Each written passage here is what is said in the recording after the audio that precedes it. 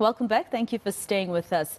Now, 90 pupils from Pulamadibogo Primary School in Soshanguve have been rushed to local medical facilities. It's allegedly because the pupils consumed muffins laced with dagga.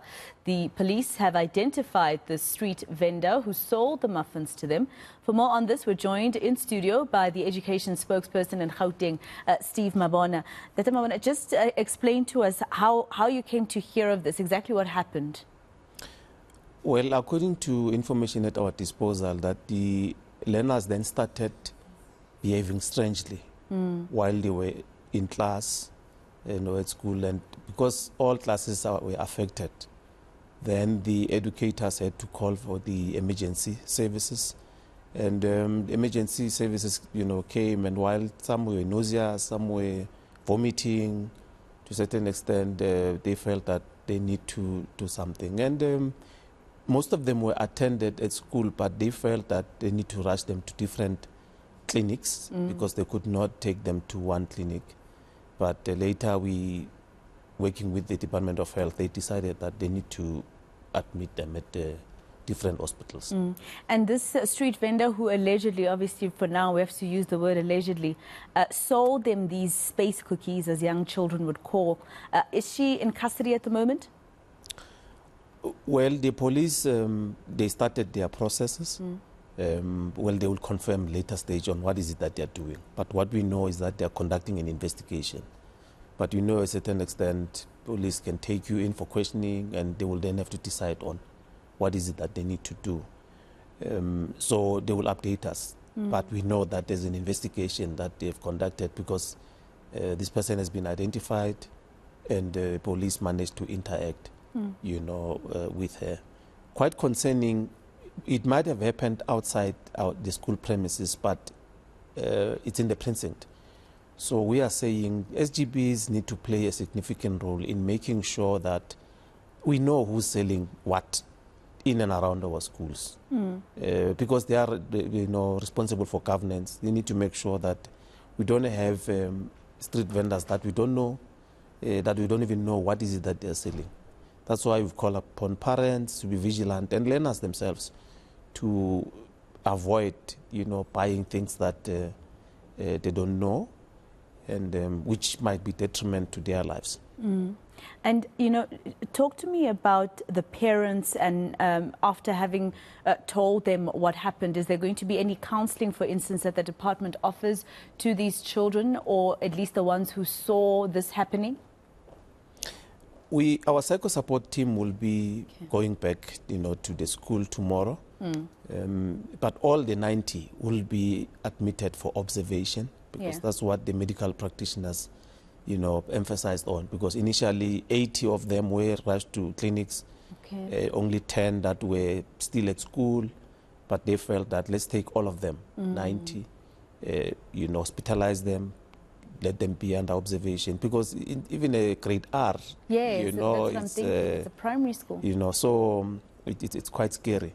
So we will support them, but make sure that we also interact. The messaging is quite key to those that will be at school tomorrow, so that they're not afraid to come back to school, because they would have seen, those reactions from their fellow learners without knowing what happened, because you must understand we feed at our schools. So the message that went to parents was that there's food poisoning, Parents went amok, coming to the school wanting answers and all that. So we felt that we need to support them tomorrow and moving forward. But we know that there's one that is critical. Is it? And in hospital, because it's the one that was vomiting, badly. But we are hoping that all of them will be fine.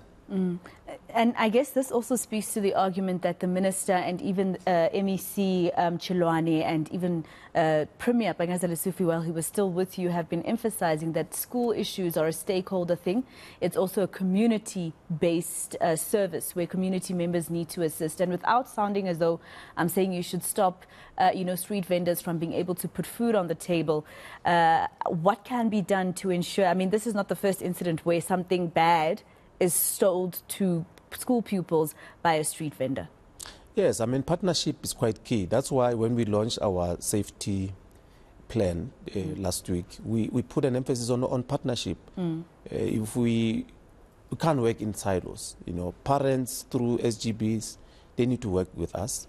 Let's make sure that our environment is safe at all times, from anything, from crime, that's why we, you know, all those schools that are in the high-risk areas, we are giving them more patrollers. We are introducing CCTV cameras that we, you know, started to install in some of the schools. We have about 500 officials that will be looking solely on drugs, you know, avoiding and prevention thereof. Social workers will be, over 100 of them will be working with those schools very closely. But without parents, then it becomes difficult for us. Yeah. And making sure that the environment is safe, because the school is in a community.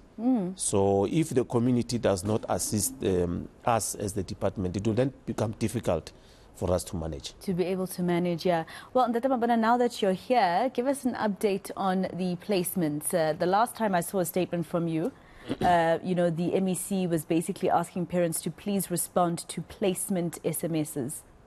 Yes, indeed. Let me also, you know, answer on the question that you asked your previous guest. Yes, please, yeah. About documentation. There's no learner or children that will be denied education because there's no documentation.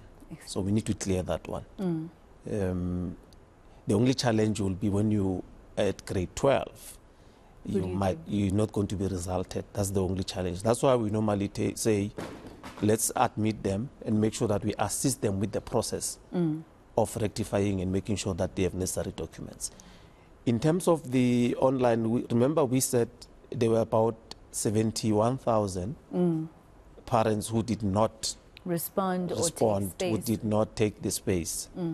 So we have auto-placed them, meaning that we gave them spaces, some of them at schools that they don't want, but they've applied to. So you don't say you don't want a school, meanwhile you have applied to that school. So that's our argument. So we've been saying we auto-place them. Now we are focusing on those that did not receive anything at all. Okay. And most of them are in the high-pressure areas. And including in the high-pressure areas, there are those that would have received a school that they don't want in the high-pressure area, which is not even far from them. But because, you know, they will say they are not teaching, there are all other things that they say they've they heard don't about want. The school. They are not happy about the school, or the school is not convenient to them because when they go to work, they want to drop off and then go to work. But the school will then be probably 2-3 kilometers away from when they drop off. Then it's an inconvenience for them. So we want to plead with parents. That cannot be much of an inconvenience because you might not have school.